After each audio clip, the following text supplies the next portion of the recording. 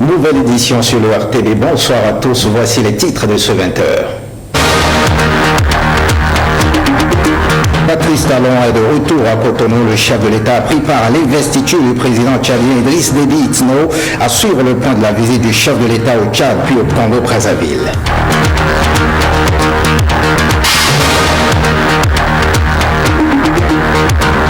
Redynamisation du cadre de concertation entre le ministère de la Communication et la Haute Autorité de l'Audiovisuel et de la Communication. La ministre de la Communication s'est rendue au siège de l'Autorité de régulation des médias aujourd'hui. Une marche de protestation des transitaires, ils ont investi la rue ce matin pour dénoncer la gestion de la filière véhicules d'occasion et la suppression du remboursement des cautions douanes pour les véhicules d'occasion en transit.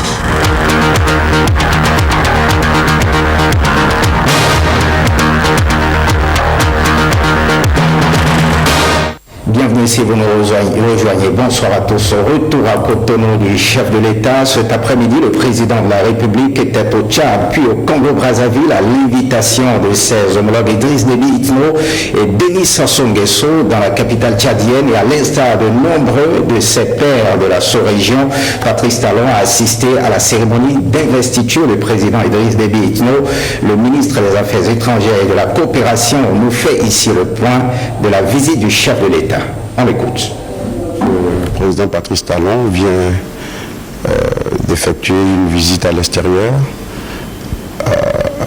Il s'est rendu à N'Djamena à l'invitation du président Idriss Déby Itno pour prendre part à la cérémonie d'investiture du chef de l'État tchadien suite à sa réélection. Il a participé à cette cérémonie aux côtés de 13 autres de ses pairs, 14 chefs d'État ont participé à cette investiture, ainsi que plusieurs premiers ministres et des représentants de chefs d'État.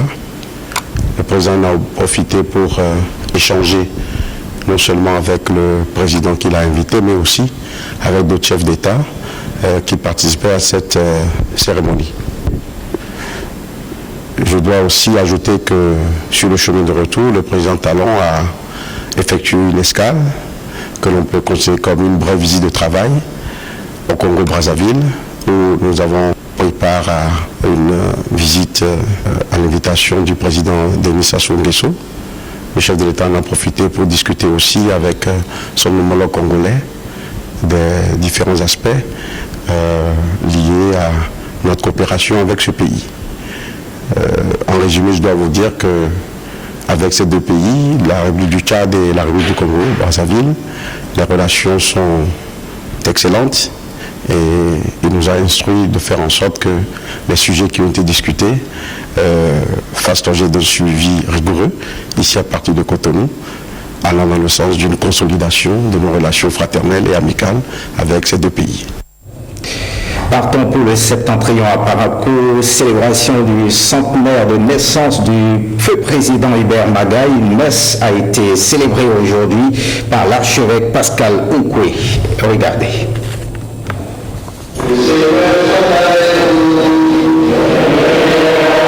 Cette messe du centenaire de naissance de feu Hubert Maga coïncide avec une célébration de l'Église catholique, la fête de Saint-Laurent. Dans son homélie, l'archevêque de Parakou a mis en lien la vie vertueuse de feu Hubert Maga et celle de Saint-Laurent. En effet, Saint-Laurent, c'est le troisième saint patron de la ville de Rome après Pierre et Paul. Est-ce un hasard si Hubert Koutoukou Maga est né un 10 août, premier président de la République de Dahomey? Il a servi ce pays par 2 fois. Un homme totalement intégré au Dahomey. Le prélat a également rendu un témoignage de charité à Hubert Maga. En nous, c'est dans son domaine, à l'église catholique, c'est dans son domaine où il est enterré, ici à Parakou. C'était à une condition, que nous introduisions sur ce domaine une œuvre sociale, une œuvre pour les pauvres. Il était directeur d'école. Nous avons pensé que la belle œuvre qui lui ferait plaisir, ce serait une école. Nous avons créé une école bilingue, mais nous avons été insatisfaits. Une œuvre sociale, il faut que les pauvres des pauvres puissent bénéficier de cette œuvre. Hubert Koutokou-Maga est un homme politique, au bon sens du terme, qui avait le souci de faire du bien à cette nation. Un homme de paix, un homme détaché. Pour les chrétiens catholiques, nous nous réjouissons d'une saine fierté. La messe du centenaire de naissance du premier président du Bénin a été une occasion de prière pour sa famille et le Bénin tout entier. Sur ce même registre, le président Hubert Koutokou-Maga est aussi vénéré à travers le système éducatif au Bénin. C'est l'exemple du CG1 de Parakou devenu CG Hubert Koutokou-Maga à l'occasion de ce centenaire de la naissance de l'homme. Un zoom sur le collège qui symbolise feu Hubert Maga, le reportage de Roland Soisy et Kamel Kapou.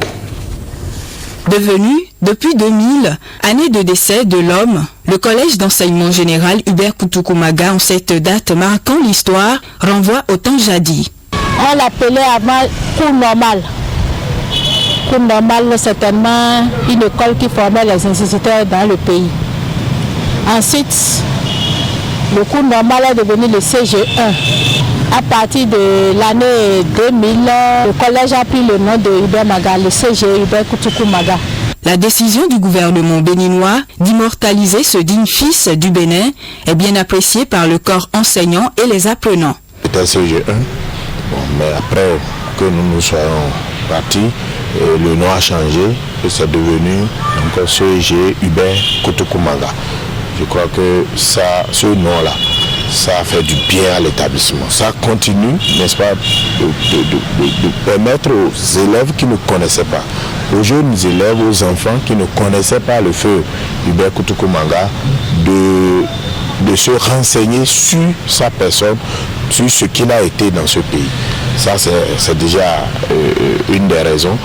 L'autre raison, c'est que ça a permis, n'est-ce pas, comme on le dit couramment, d'immortaliser, n'est-ce pas, la mémoire de ce premier président. Lorsque je parle de CG Hubert Koutokou-Maga, ça me rappelle le premier président qui a été à l'origine de l'indépendance du Bénin. Ça me rappelle le nom d'un ancien président du Bénin, grâce à qui on a aujourd'hui maintenant le Bénin.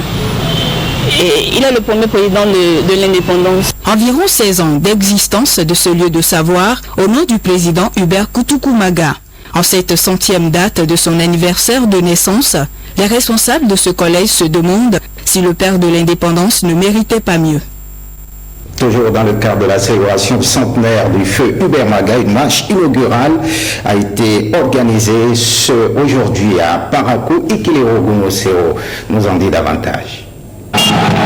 Scouts, groupe de danse traditionnelle de la Takora, cavaliers et autres parades à travers quelques artères de la ville de Parakou. C'est la marche du cœur pour donner le coup d'envoi de la célébration du centenaire de la naissance de feu président Hubert Koutokou-Maga. Les marcheurs dans leur périple font successivement escale à la mairie, à la préfecture, puis dans la maison stadelaire où reposent les géniteurs de feu président Hubert Maga.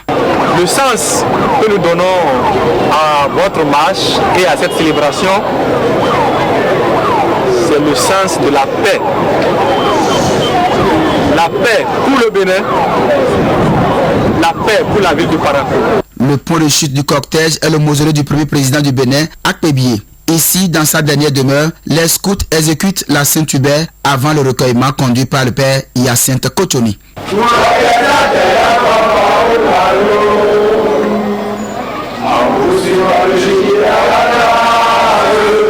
En ce jour où nous sommes rassemblés, où nous avons une pensée toute spéciale pour notre cher président Hubert Koutokou-Maga.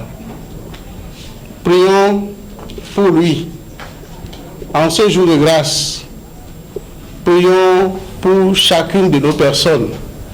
Prions pour notre pays, le Bénin. S'ensuit diverses allocutions. Adam Mohamed Draman, représentant le maire de Parakou, et Maurice Thomas, ancien directeur de cabinet de Hubert Maga, face aux jeunes scouts et autres, font ces témoignages. Maga était un homme, il était très jeune, quand il prenait fonction à notre terme, il avait de la vigueur et dites-vous, il aimait beaucoup la jeunesse. Il animait beaucoup cette jeunesse et c'est ainsi qu'il a eu à créer la première troupe de scouts au Dahomey. Plusieurs activités sont prévues dans le cadre de la célébration du centenaire de la naissance du président Hubert Kutuku-Maga. Au nombre de celles-ci figure une messe d'action de grâce à la cathédrale et aussi une compétition de pétanque et de lutte traditionnelle, deux sports qu'aimait bien le père de l'indépendance. Un tour à la haute autorité de l'audiovisuel et de la communication. Le ministre de l'économie numérique et de la communication était en visite ce mercredi matin à la haute autorité de l'audiovisuel et de la communication. L'objectif est de redynamiser le cadre de concertation entre les deux institutions en vue de trouver des solutions aux problèmes et défis communs. Aurélie Sauton. La RAC est une institution constitutionnelle. Le ministère est le répondant de la RAC au niveau du gouvernement et ça, il faut clairement qu'on puisse véritablement se tenir la main pour servir les acteurs de notre secteur. Voilà le sens de cette visite de prise de contact et d'échange du ministre en charge de la communication à la haute autorité de l'audiovisuel et de la communication. Les discussions ont essentiellement tourné autour des divers dossiers dont l'aboutissement dépend de l'intervention commune des deux institutions. Le plus important est le chantier de la migration de l'analogique au numérique dans notre pays. Comme vous le savez, l'échéance était pour le 15 juin 2015. Le Bénin a pris du retard et il est vraiment pertinent aujourd'hui qu'on aille rapidement sur ce chantier, qu'on essaye de voir s'il y a possibilité de prendre des raccourcis pour que en juin 2017, on soit au rendez-vous. Nous avons pris beaucoup de décisions qui devront dorénavant nous permettre de réussir ce chantier. Au nombre des autres questions abordées, le renforcement de la liberté de la presse, la mise en application de la loi sur la radiodiffusion numérique et le processus d'attribution de fréquences au réseau mobile. La démarche a été appréciée et saluée. C'est en échangeant qu'on peut voir qu'est-ce qu'on peut faire vraiment ensemble. Donc vous avez choisi ça et au nom du collège des conseils, je vous remercie. Nous souhaitons que toute la confiance qui a été placée en vous par le chef de l'État, vous puissiez la mériter. Nous sommes convaincus que vous allez la mériter. Déjà, les premiers pas que vous posez, qui sont de chercher à nous rencontrer, de chercher à échanger avec nous, sont illustratif. Le ministre Rafiatou Moro n'a pas manqué de féliciter la HAC pour ses performances, en l'occurrence le rôle joué lors des dernières consultations électorales.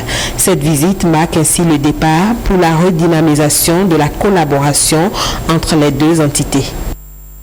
Voyons ce mouvement d'humeur. L'Union des commissionnaires agréés en douane et affiliés, le syndicat des transitaires mandataires était ce matin dans les rues de Cotonou à travers une marche de protestation.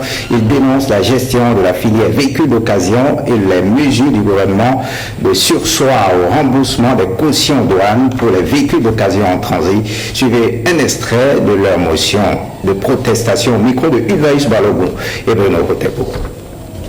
Nous, commissionnaires en douane agréés, transitaires mandataires et autres acteurs de la filière des véhicules d'occasion en transit, protestons contre la mesure pour les raisons suivantes. 1. La mesure est un véritable prédateur de la filière. 2. La mesure est discriminatoire car des chèques sont payés et d'autres ne le sont pas. 3. La mesure est antisociale. La filière qui emploie plus de 4000 jeunes disparaîtra rien qu'à cause de cette mesure. Exigeons 1. Le paiement immédiat sans condition aucune de tous les chèques concernant les déclarations traitées des années 2015 et 2016. 2. Une réorganisation de l'escorte des véhicules d'occasion en transit. 3. le traitement des déclarations en douane des véhicules en transit à Malanville et à Porga. 4. Que le remboursement de ces cautions douane se fasse de façon hebdomadaire. Les États-Unis d'Amérique renforcent le secteur de la sécurité au Bénin. C'est à travers un don d'équipements destiné à l'usage des unités RAID au CERTI des USPF à la police nationale. La remise de l'eau s'est déroulée ce mercredi. Wenceslas Amoimon et Marie-Louise Perrin. 137 millions de francs CFA déboursés en équipements sécuritaires par les États-Unis d'Amérique pour renforcer les capacités de certaines unités spécialisées de la police nationale par ces temps où les actes criminels se multiplient ici au Bénin. Nous croyons que lorsque les citoyens sont confiants et ont foi en leurs forces de sécurité, la nation tout entière en bénéficie. Cette cérémonie revêt un sens particulier, car elle nous permet de saisir la constance et la vitalité de la coopération entre les États-Unis d'Amérique et le Bénin dans le domaine de la sécurité. Cette coopération occupe d'ailleurs une place de choix dans nos relations bilatérales. Je saisis une fois encore l'occasion pour réaffirmer que les États-Unis d'Amérique se tiennent à vos côtés en soutenant vos efforts pour promouvoir un avenir de paix, de sécurité et de prospérité pour cette nation, ses citoyens et les générations futures. Ce lot d'équipements, objet de la présente cérémonie, est composé entre autres de casques pare-balles, gilets pare-balles, lunettes de vision nocturne, caméras numériques, kits de détection de drogue. Il répond aux défis actuels en matière de sécurité au Bénin. C'est des équipements dont on a besoin. Et réellement, la police en a besoin.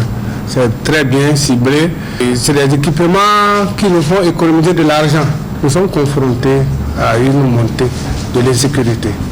Ce qui a du sens aujourd'hui, c'est la sécurité des citoyens sur tous les plans. La sécurité physique, la sécurité des biens, la libre circulation des citoyens sont des préoccupations actuelles de tous les gouvernants et qui sont à la recherche du bien-être de leurs concitoyens. Ce que vous pouvez nous apporter va contribuer à ça et cela va redoubler les efforts pour augmenter la performance de nos forces de sécurité. La mission américaine, en accompagnant les efforts du gouvernement béninois, vise à faire du Bénin un pays sûr.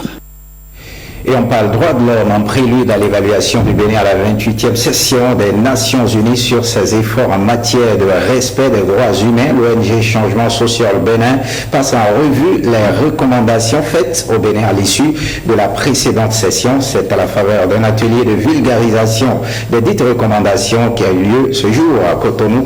Alain Dossuero, Corinne Diego. En octobre-novembre prochain à Genève. Cet exercice s'inscrit dans le cadre du suivi du processus d'évaluation du niveau de mise en œuvre des recommandations issues du second passage du Bénin devant le groupe de travail de la Commission des droits de l'homme sur l'examen périodique universel.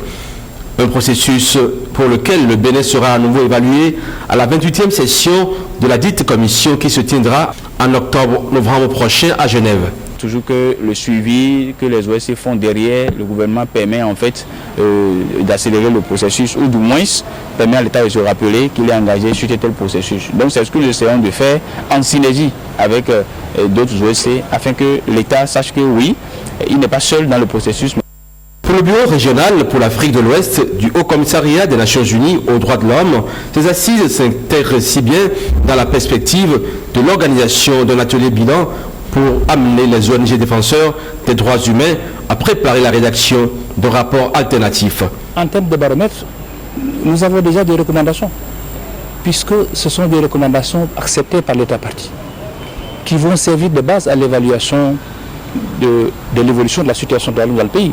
Le cas présent qui nous intéresse, qui est l'examen périodique universel, l'État du Bénin a reçu en 2012 un certain nombre de recommandations, celles acceptées et celles non acceptées, qui vont faire l'objet d'évaluation d'ici en 2017, surtout en novembre 2017. Donc, c'est sur la base, il y en a des recommandations acceptées par le Bénin, et sur la base de sa stratégie nationale de mise en œuvre, dont aujourd'hui l'atelier constitue l'espace d'échange, et de partage du contenu, que c'est sur la base de ces stratégies nationales que le commissariat et les Nations Unies vont pouvoir évaluer quel est le niveau de mise en œuvre des engagements internationaux que le Bénin a pris par rapport au Conseil de l'ordre et à l'examen périodique. Le plan d'action national de mise en œuvre des recommandations de l'examen périodique universel, objet du présent atelier de vulgarisation, constitue une stratégie nationale dont la mise en œuvre s'inscrit dans le court, moyen et long terme. Il prend en charge des domaines et des actions aussi variés allant de la ratification et de l'harmonisation des législations nationales à la sensibilisation, au plaidoyer et au renforcement des capacités des acteurs institutionnels et non institutionnels. L'ONG Alinayo a procédé ce mercredi à la sensibilisation des élus municipaux. Objectif, faire un plaidoyer pour une accessibilité facile des personnes handicapées sur les trottoirs. La cérémonie a eu lieu dans le 4e arrondissement de Cotonou. Le compte rendu de Destonia Bigot. Réduire la vulnérabilité des personnes handicapées en leur favorisant un accès facile.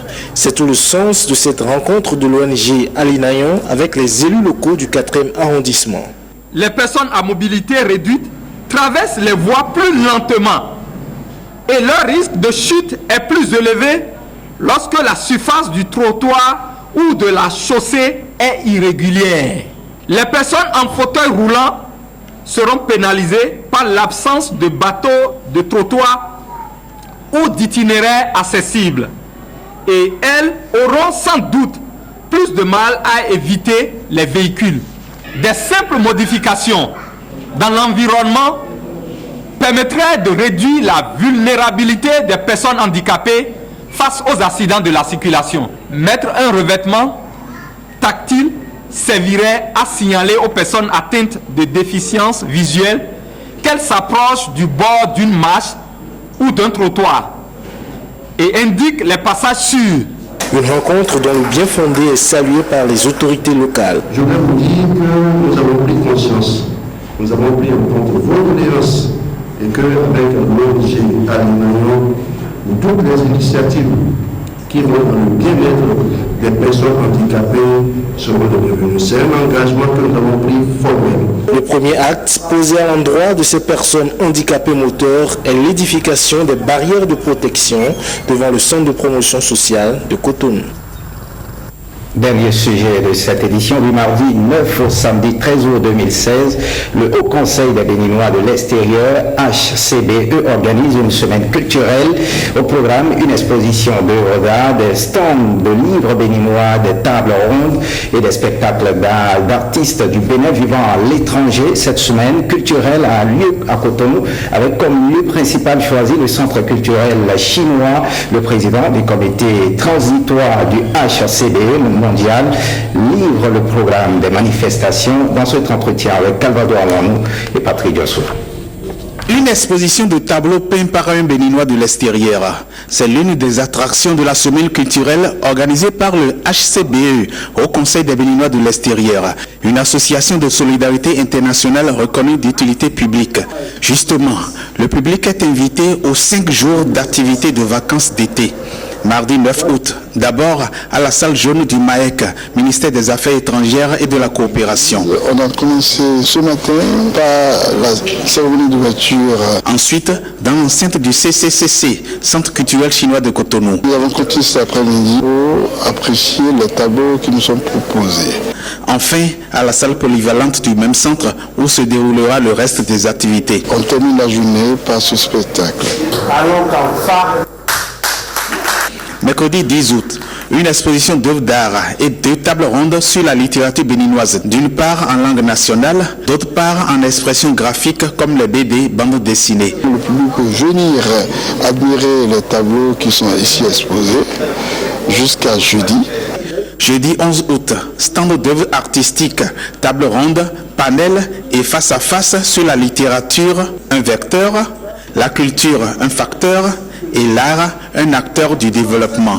Vendredi 12 août, nuit des Béninois de l'extérieur. Nous avons un dîner gala à l'intention de tous les Béninois de l'extérieur et de l'intérieur. Samedi 13 août, congrès électif. Notre assemblée générale qui a lieu à l'Infosec.